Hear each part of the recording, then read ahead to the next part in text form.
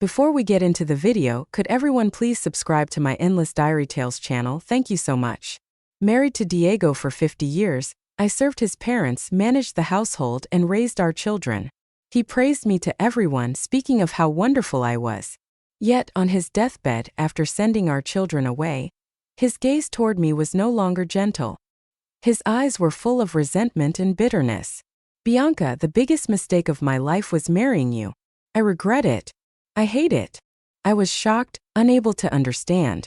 After he drew his last breath, I found the answer in the palm of his tightly clenched hand. It turned out that Diego and his childhood sweetheart had made a 7-year vow, a promise to marry if neither of them wed another during that time. When I opened my eyes again, I had clarity. "Diego, let's part ways and leave each other in peace." Chapter 1. "Bianca, why are you off work so early today? I just saw Diego come back. He looked so radiant. Clearly something good happened. Could it be that your marriage application was approved? Are we going to have a wedding banquet soon?" Just as I was about to open the gate to the yard, Sandra, my neighbor who was sorting vegetables, spotted me. Faced with her inquisitive gaze, I mentally calculated the timeline. Diego's friend just returned from overseas. Sandra looked a little disappointed at the lack of wedding news. "So, are you and Diego getting married before the end of the year? We're all waiting." In my previous life, I was supposed to marry Diego in just 2 weeks. But now, I clutched the marriage application tucked in my pocket. Half an hour ago, I realized I had been reborn. The first thing I did was head to the office and retrieve the marriage application for Diego and me. After handling Sandra's questions, I pushed open the gate to the yard. Diego was standing just inside. We came face to face unexpectedly. He was dressed in his neatly pressed work uniform, which accentuated his broad shoulders, slim waist, and long legs. He looked exactly as I remembered. His deep, piercing eyes gazed at me with confidence, composure, and a hint of coldness. It had taken me a lifetime to understand that the coldness in his eyes wasn't a personality trait. It stemmed from his dislike for me. "How did you know I had a friend returning from overseas?" Diego asked, his brows furrowed as he studied me. It seemed he had overheard my conversation with Sandra. Meeting his gaze, I calmly replied, "Didn't you mention it?" Diego's suspicion deepened. "When did I say that?"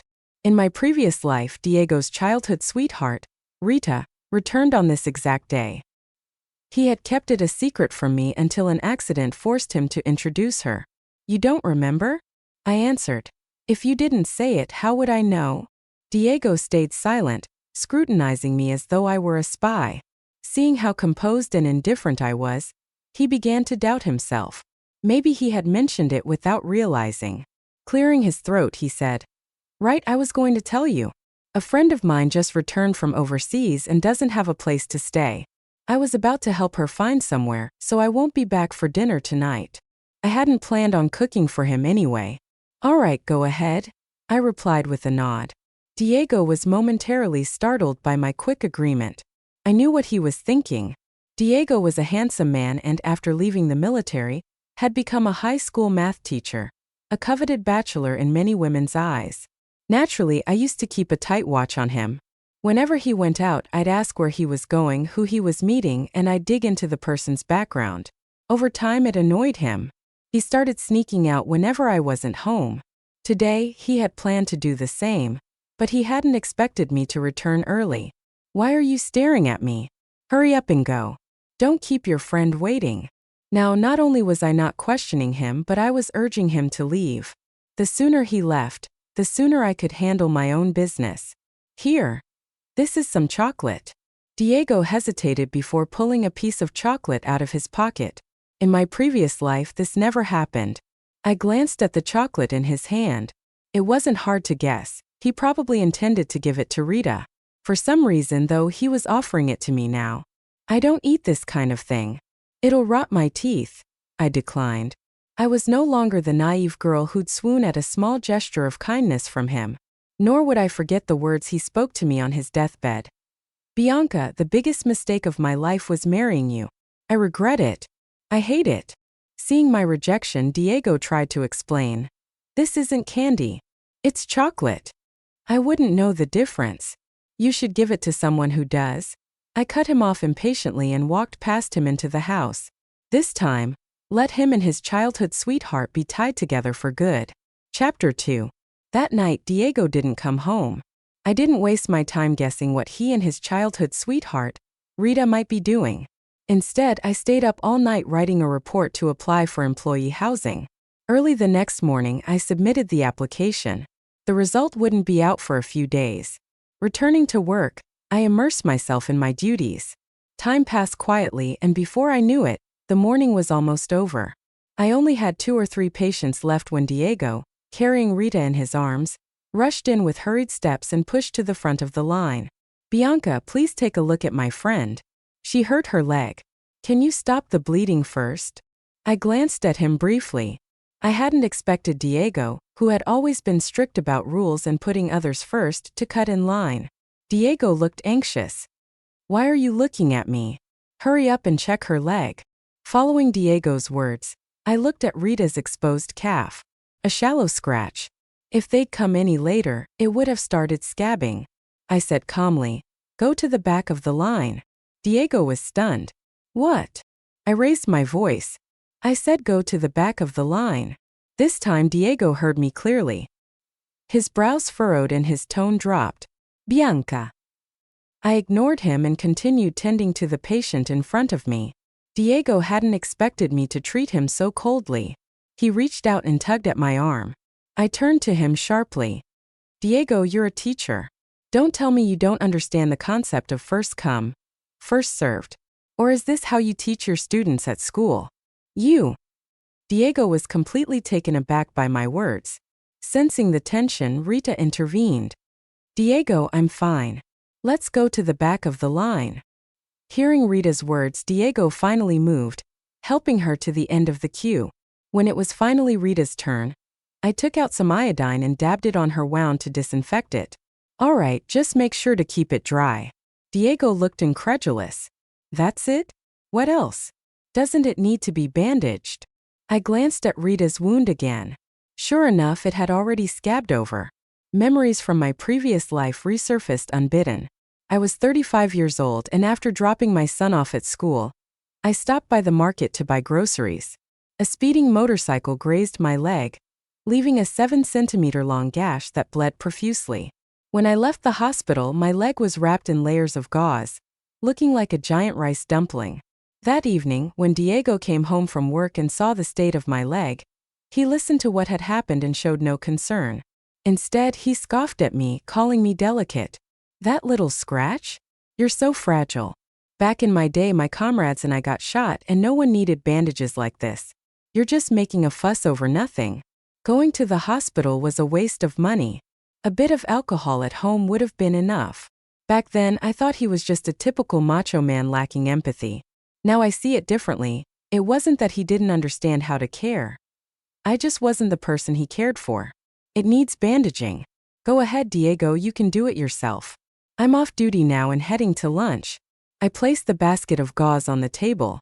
Ignoring Diego's dark expression, I picked up my lunchbox and left. "Bianca, is that woman Diego was carrying your cousin?" Just as I finished getting my food, Lisa from my department came over to gossip. Cousin. Such a familiar term. In my previous life, Diego had taken great care of Rita but feared rumors. So he gave her an identity. He told everyone that Rita was my cousin. With that label, no one thought twice about the future brother-in-law taking care of his cousin. Back then, I had been naive enough to believe their relationship was as pure as siblings.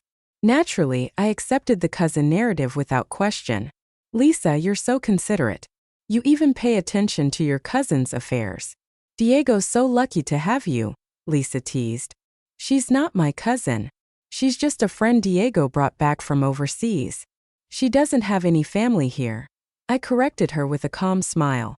"Ah," Lisa's jaw dropped so far she could have fit an egg in her mouth.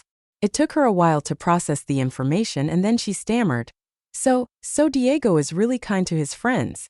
Although this wasn't an era of strict feudal customs anymore, there were still unwritten rules about men and women. Especially for a man like Diego, who was already engaged to carry an unrelated woman into his fiancé's workplace. Even a dog would overthink it. Lisa walked away, and as I turned around, I saw Diego standing behind me, his face cold. Once we were alone, he finally spoke. Bianca, I didn't mention this before, but my family and Rita's are old family friends. We grew up together until she was 18 when her family had to move abroad due to certain circumstances. She hasn't had it easy these past few years. Her parents both passed away, and now that she's back, she has no one else. He had said the same thing in my previous life. Back then, he painted Rita as a helpless girl with no family, evoking my sympathy so I would accept her as my cousin. I looked at him. So what does that have to do with you telling people she's my cousin? Diego froze for a moment. In his eyes, I'd never had many good qualities, but there was one thing he did value: my kindness. I was empathetic, especially toward girls like me who had no family. I've always thought of Rita as a little sister, he explained. Now that she's back, I feel responsible for looking after her in place of her parents. But as a man, I worry that people might gossip and tarnish her reputation. So Bianca, could you? No. I cut him off. I don't have a habit of adopting sisters. If you really think of her as a sister, then hold a proper banquet. Invite everyone over and announce it openly. If everyone knows she's your sister, then surely no one would dare to gossip. It was a perfectly reasonable suggestion, but Diego fell silent. After all, to him, Rita wasn't just a sister. She was a special sister. Despite my refusal, Diego went ahead and spread the word that Rita was my cousin, just as he had in my previous life. It didn't take long before Diego brought her into the house. He said, "The guest house Rita was staying at isn't very safe lately. I'm worried something might happen, so I asked her to stay at home for a couple of days." Rita looked at me with her big sparkling eyes. "Bianca, I'm really sorry to trouble you like this." I was in the kitchen whisking eggs and didn't even look up. "Oh, this is your house. You can bring whoever you want to stay here." That's right, I was living in Diego's house. The house I inherited from my parents had been destroyed in last year's floods. But I wasn't living in Diego's house for free. I paid rent every month, cleaned the entire house, and even covered the grocery bills. Back then, I thought Diego and I would eventually marry, so I never bothered calculating who gained or lost in the arrangement. Seeing me agree so easily, Diego gave me a strange look, but he was satisfied with the outcome. With a small nod, he added, "Are you cooking? Make a bit more. Rita will be eating at home from now on too." I didn't respond. Thinking I had agreed, Diego took Rita to set up her room but made a point to remind me, "Oh, and Rita doesn't eat onions, so don't put any in the food." I still didn't reply. "Diego, I think Bianca seemed upset earlier. Maybe I should just go back to the guest house," Rita whispered. The house wasn't that big, and no matter how softly they spoke, I could still hear them.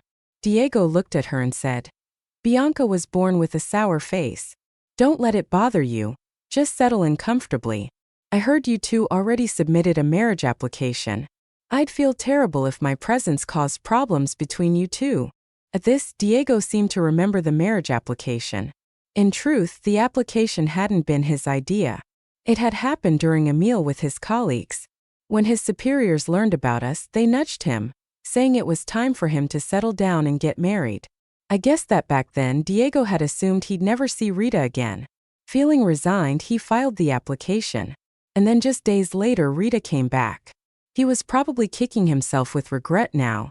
"It won't," Diego finally said after a long pause. I carried my bowl of egg noodles back to my room, but as I passed by their door, I caught a glimpse through the crack. At some point, Diego had bought a jar of snowflake cream. In front of Rita, he unscrewed the lid with an eager expression. With a face full of warmth and flattery, he said, "I heard women like this kind of thing, so I bought it for you. See if you like it." Chapter 4.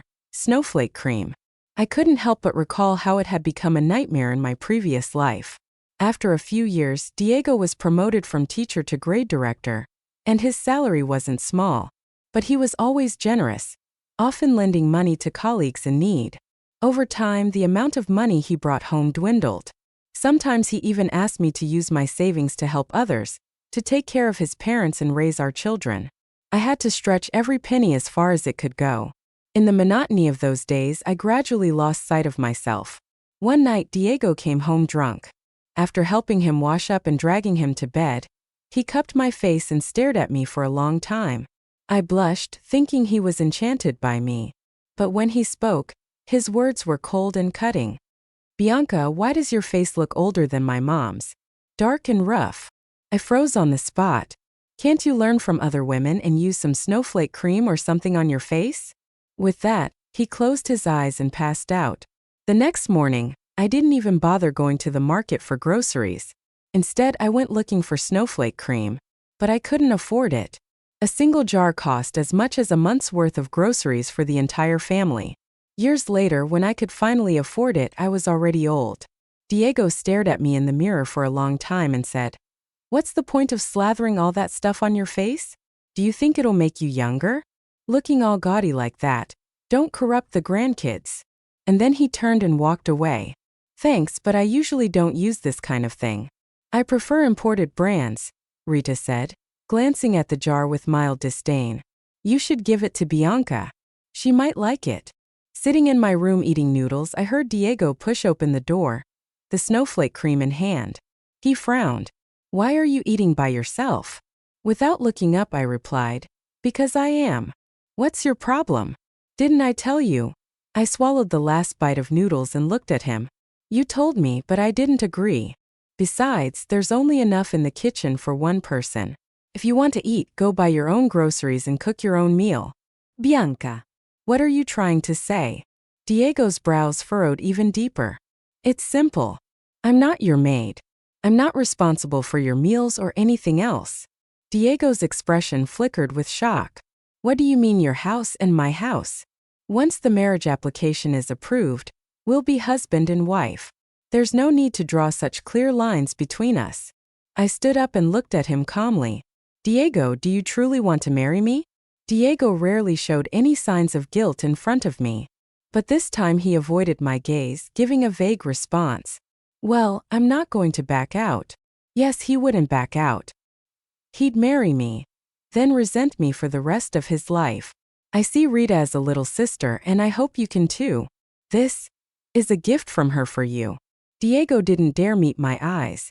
He set the jar of snowflake cream down on the table and quickly left the room. I glanced at the snowflake cream on the table and placed it in a drawer. It just so happened to rest on top of the marriage application form. In this life, neither snowflake cream nor Diego would hold me back anymore. Chapter 5. Diego left the house and then came back. Through the door, I heard bits and pieces of his conversation. It turned out he had gone to borrow some eggs from Sandra next door.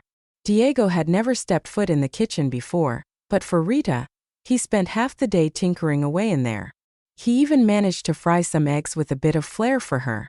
I couldn't tell how they tasted, but Rita's giggles said enough. As they ate, the two reminisced about their childhood. When they reached the year they both turned 18 and faced the upheaval that forced their separation, Rita's voice choked with emotion. Diego, do you remember the promise we made back then?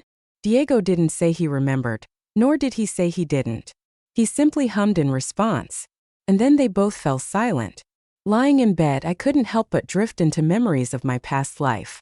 The promise between Diego and Rita, that if neither married anyone else, they would wed each other after 7 years, was something I only discovered after Diego's death.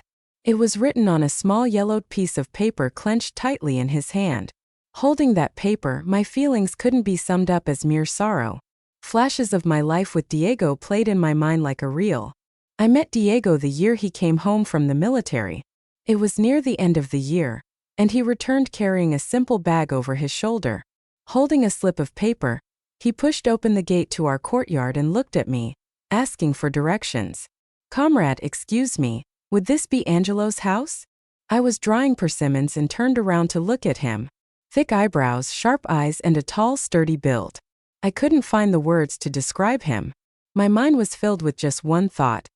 Handsome. So handsome. He was unbelievably handsome. Are you looking for Angelo?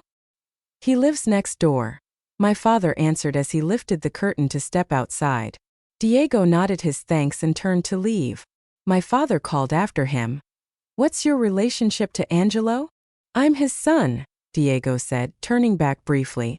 After he left, my father noticed I was still frozen in place and called my name. Girl still staring? He's already gone. My face flushed with embarrassment as I ran back into the house amidst my father's laughter. That ordinary morning when Diego pushed open the gate, he also pushed open my heart. I became Diego's fiancée the following summer. Diego's father had been bitten by a venomous snake while working in the fields. Although he was rushed to the clinic, there was no antivenom available for immediate treatment. Diego, who was in the middle of teaching, was called back home immediately. He knelt by his father's bedside, listening as the man delivered his final wishes. The greatest regret in his father's life was that he wouldn't live to see Diego get married and have children. "Dad, I already have someone in my heart," Diego said suddenly, lifting his head. In stunned silence, Diego declared, "Dad, I have feelings for Bianca. I want to marry her." The next second, everyone's eyes turned toward me. When Diego said he had someone in his heart, I felt a pang of disappointment. But when he revealed that person was me, my heart soared. In the span of 3 seconds, I experienced what it meant to rise from the dust to the clouds. "Uncle, I like Diego too. I'm willing to marry him," I blurted out without hesitation. At that moment, I naively believed Diego truly cared for me. Thinking back now, he simply didn't want his father to die with regrets. I was just a tool for his filial piety. Later, the antivenom was rushed in from a higher-level hospital, and Diego's father was saved. From then on, Diego never mentioned marriage again, always using work as an excuse to avoid the topic. Eventually, after my parents died in an accident, he couldn't back out of the engagement anymore. "Diego, those were just the words of a child. Don't take them seriously and don't dwell on them," came a voice from outside the room after a long pause. Hearing Rita's words, Diego stayed silent. Rita continued, "Bianca, she's a good woman. It's obvious she likes you a lot, and you two seem well suited for each other." Her voice softened at the last sentence, as though even she didn't believe her own words. I yawned, closed my eyes, and drifted off to sleep. I never found out how Diego responded to Rita. The next morning, when I opened my door, I saw the two of them standing in the courtyard. The soft morning light bathed the entire yard. Rita was standing in front of Diego, tying his tie. Diego was tall, and to make it easier for Rita, he obediently lowered his head. The scene was both warm and picturesque. "You look so handsome," Rita said with a satisfied smile after finishing the tie. Diego stretched his neck awkwardly. "Doi." "Of course. That's how people abroad wear it to work," Rita said with a raised brow. "Wait, don't move. It looks a bit crooked." Diego froze, not daring to move a muscle. Rita adjusted the tie slightly. Then, without warning, she leaned forward and kissed him on the lips. Chapter 6. Rita's kiss caught Diego completely off guard. He instinctively took a step back, accidentally knocking over a flower pot that had been resting nearby. The clatter echoed loudly in the otherwise quiet courtyard. "Bianca? Bianca?" Rita quickly followed. Both of them turned toward the door in unison. When they saw me, Diego's expression cycled through a rainbow of emotions. He tried to compose himself, but it was clear he couldn't. Rita was the first to speak. "Bianca, don't misunderstand. Just now it's actually a kind of greeting custom from abroad. Okish." And she still asked me not to misunderstand. Of course, she had just returned from abroad, and her psychological resilience was clearly stronger than most. I pressed my lips together and walked toward them. Maybe I was just born with a naturally stern face. My unsmiling demeanor made Rita's face pale. She bit her lip nervously. I pulled my hand out of my pocket. Seeing my movement, Diego instinctively yanked Rita behind him and looked at me. "Bianca, if you have something to say it to me. Don't." He thought I was going to hit her. In truth, I was just pulling out a dead leaf that had gotten stuck in my pocket. I crumbled it between my fingers, letting the fragments scatter in the wind until they disappeared. Much like my feelings for Diego, I ignored Diego and glanced at Rita.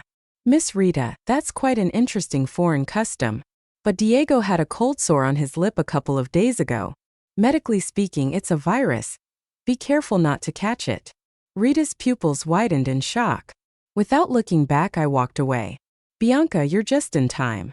Your application for staff housing has been rejected," said the department head as soon as I arrived at the office. "Why?" I asked, puzzled. "It's because you don't meet the requirements." That's how things were in this era. If you didn't meet the criteria, nothing could get done. Director. I was about to plead with him when someone barged in, loudly interrupting me. These young people today are so unwilling to endure hardship. No one wants to go. The director turned to the newcomer and asked, "Still no one willing to volunteer?" That's right. On the surface, it looks like a tough assignment, but once you've been there and come back, things could change significantly. From the fragments of their conversation, combined with memories from my previous life, something clicked in my mind.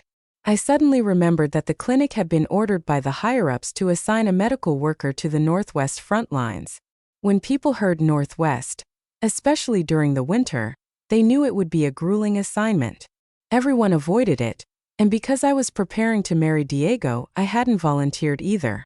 In the end, the task fell to a newcomer at the neighboring clinic. She stayed for 5 years and returned with multiple promotions. By the time she retired, she was receiving the same benefits as the director, with several talented students under her mentorship. Later, my old colleagues deeply regretted not volunteering. If I had known, I would have gone no matter what, even if it killed me. Director, I'll go. I volunteer. I raised my hand excitedly. The director turned to me, astonished. The assignment was urgent and the workload heavy. After confirming my decision several times, the director granted me a half-day leave to pack my things and say goodbye to my family. I didn't have any relatives in town, but my neighbors were kind to me. So I went out, immediately bought groceries and meat, and invited Sandra and the others over for a meal. When Diego and Rita returned, I had just finished preparing the dishes. "Why did you make so much food today?" Diego asked, eyeing the table full of dishes with curiosity. Before I could answer, Sandra and the others pushed open the door, carrying festive-looking gifts in their hands. "Bianca, look at what we've brought for you." I brushed past Diego to greet them. "Sandra, sister-in-law, just having you here is enough. You didn't need to bring anything. How could we come empty-handed when you're hosting us for a meal? Girl, you seem so happy treating us to a feast. Did your marriage application with Diego get approved?" Hearing this, Diego's expression froze instantly. "Bianca, the marriage application has been approved." Chapter 7. I glanced at Diego, then took a moment to glance at Rita beside him. Her once bright and lively face had gone pale. Sensing my gaze, Rita clutched her head and said, "Diego, I have a headache. I think I'll go back to my room to rest." Diego looked at her, unsure how to comfort her. He could only nod. "Okay." The people around us noticed their interaction, and the atmosphere cooled briefly. I said nothing and simply invited everyone to sit down. Soon, the lively chatter of eating and drinking filled the air again. Everyone assumed that Diego and I were about to get married, showering us with blessings. "May you have many children. Grow old together." All the things Diego didn't want to hear. Eventually, he found an excuse to call me outside. Standing in the faint interplay of light and shadow, his features were partially obscured. "Bianca, I need to know. Has the marriage application really been approved?" I stared at him and lied. "It has." Even though he should have expected this, Diego's eyes widened in disbelief. Maybe it had come sooner than he anticipated. I watched the discomfort spread across his face and pretended not to notice. "The application has been approved. Aren't you happy?" "Happy?" Diego forced the word out through gritted teeth. "Of course you're happy. After all, you were the one who told your father you wanted to marry me because you had feelings for me," I continued. Diego stiffened at the reminder of that moment. "But, Diego, I'm not happy. Looking back at my life, the biggest mistake I ever made was marrying you." I returned his words from my previous life to him word for word. Diego looked at me in shock, unable to understand. "Bianca, what are you saying?" I said it very clearly, and you heard it just as clearly. No, this can't be." Diego shook his head repeatedly. A flicker of doubt crossed his eyes, but then his expression cleared as if he'd figured it out. Looking at me, he said, "I see now. You said that on purpose, didn't you?" I didn't understand what he meant. Taking my silence as agreement, Diego grew confident. "I knew it. There's no way you'd regret marrying me. You're just jealous because Rita kissed me earlier, right?" "Enough, Bianca." Rita already explained, it was just a Western greeting custom. Don't hold on to it. I smiled silently. Diego seemed uneasy. I really do see Rita as a sister. You, Diego. His good sister appeared right on cue. Diego turned to see Rita standing there with a suitcase in her hand. He immediately walked over. Rita, what are you doing? Rita's eyes were red as if she'd been crying. Seeing Diego, she forced a small smile. Diego, you and Bianca are getting married. It's not appropriate for me to stay here anymore. I should leave. It's so late. Where would you even go? Diego asked. Rita avoided his eyes. I have a friend. Diego didn't hesitate to expose her. Other than me, who do you even know here? Rita pressed her lips together, silent for a moment. She quickly glanced at him, then said, Diego, I wish you and Bianca a long and happy marriage with many children. Resolutely, she shoved past Diego, grabbed her suitcase and left without looking back. Rito. Diego called after her and ran out. As he passed me, a gust of wind followed in his wake. Felt just like my past life. On the day Diego and I were actually married, Rita had made a scene about moving out. Diego had left me, left all the guests at the banquet, and chased after her. But unlike last time when he didn't even glance back, this time he paused in front of me. Bianca, wait for me to come back, he said. Diego's figure disappeared into the twilight. I turned and went back inside. Sandra and the others had overheard most of what happened outside. Seeing me, they couldn't help but comment. Bianca, that cousin of yours doesn't seem easy to deal with. You should be careful. I took a bite of food and replied, She's not my cousin. She's Diego's childhood sweetheart, his little sister by affection, not by blood. What? They exchanged puzzled looks. After everyone had left, I took out the bag I had already packed and walked out of the house without looking back.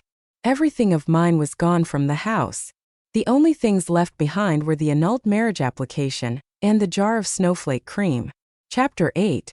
Diego caught up with Rita in the depths of the alley. Without saying a word, Rita threw herself into his arms and cried bitterly. When she had cried enough, Diego finally tried to persuade her. It's so late. You won't find a place to stay. Why don't you come back with me? No, I don't want to go back, Rita refused adamantly. Left with no choice, Diego took Rita to a guest house. Diego, I'm scared. Rita clung to him as he was about to leave. Can you stay with me? Diego turned around and met her tear-filled eyes. For some reason, Bianca's gaze from earlier that evening flashed through his mind. Cold, distant, and almost unfamiliar. He distinctly remembered that Bianca used to look at him differently. A wave of confusion washed over him, and he found himself blurting out, No, I need to go back. Rita froze, surprised by his swift refusal. Biting her lip, she played coy. Is it because you want to go back to Bianca? Well, of course she's your wife now.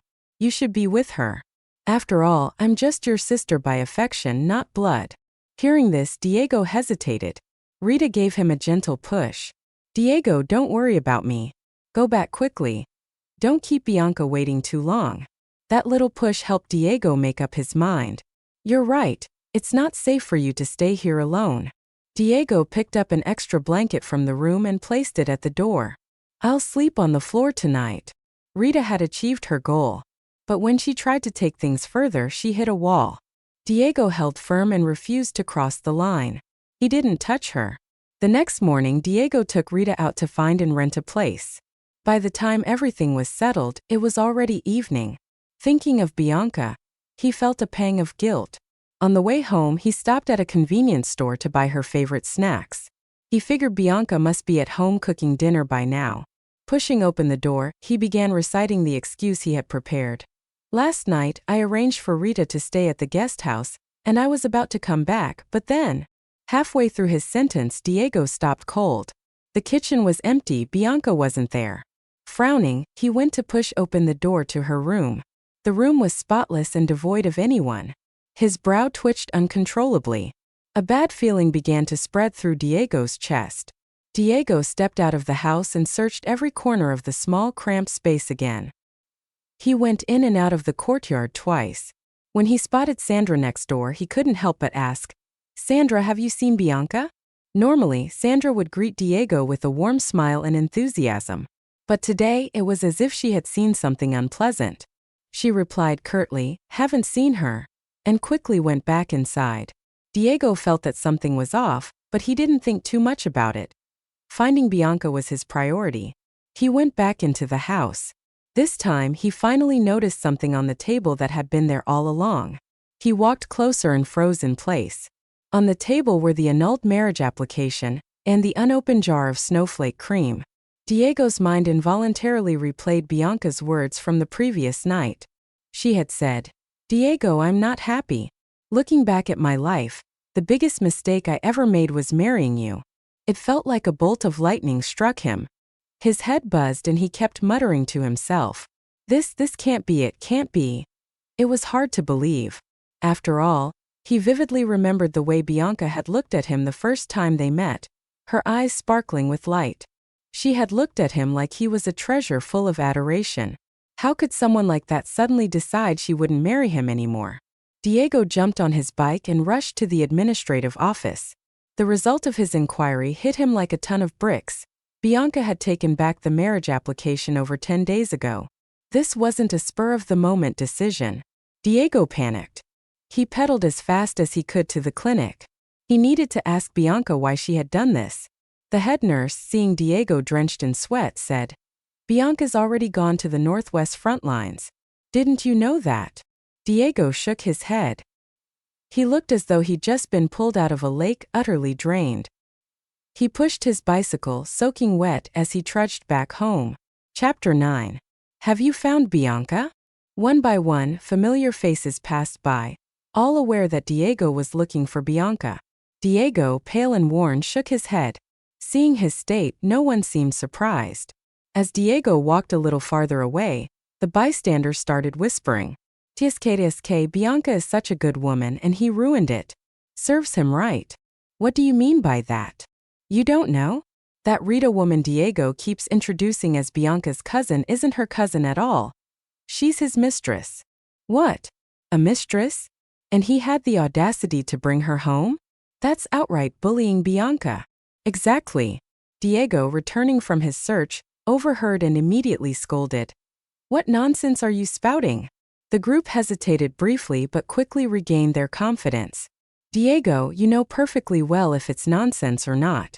You're engaged, but you're fooling around with another woman. Don't think we didn't see you and that Rita woman entering the guest house together and not coming out all night." Diego faltered. "We were innocent." "Innocent? Spending the night at a guest house together? Who do you think you're fooling? Pa, you don't deserve someone like Bianca." The group spat on the ground near Diego before walking away. Diego stood frozen in place for a long time. It wasn't until days later that Diego began to realize Bianca was truly gone.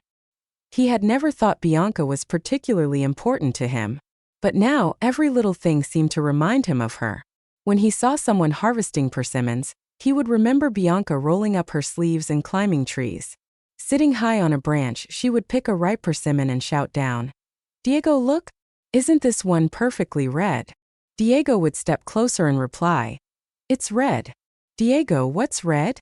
Rita's voice snapped him back to reality. Diego turned to see Rita standing beside him, looking puzzled. "Why are you here?" he asked.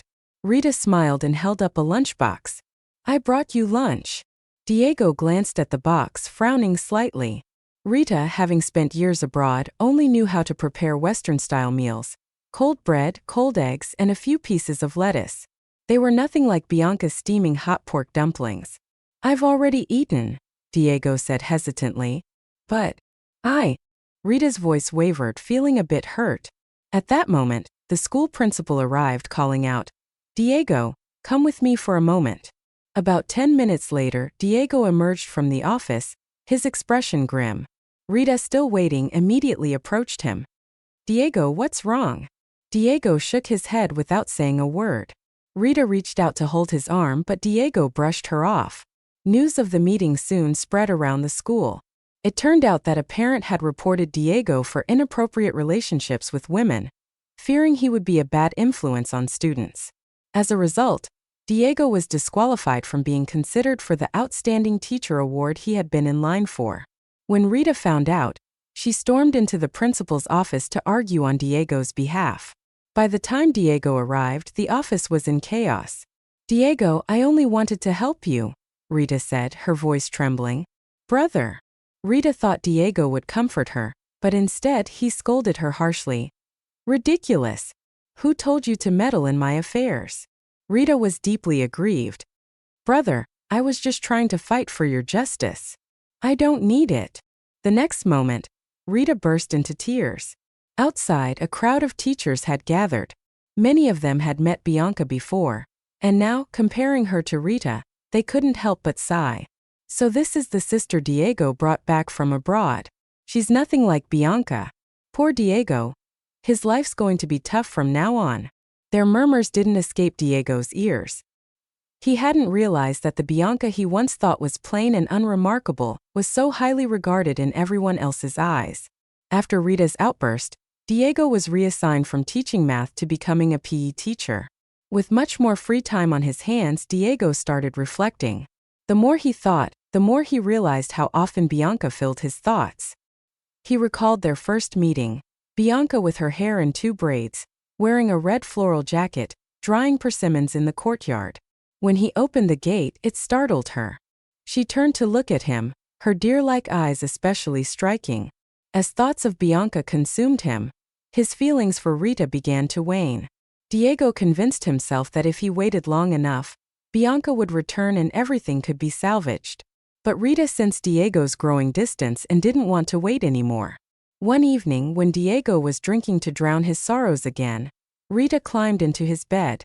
The next morning, just as the neighbors were waking up but hadn't yet gone out, Rita staged a dramatic scene. She ran out of Diego's house in disheveled clothes, screaming about wanting to jump into the river. With this act, Diego's reputation was completely ruined. Left with no choice, Diego married Rita. Chapter 10. Far away on the Northwest front lines, I was completely unaware of all this.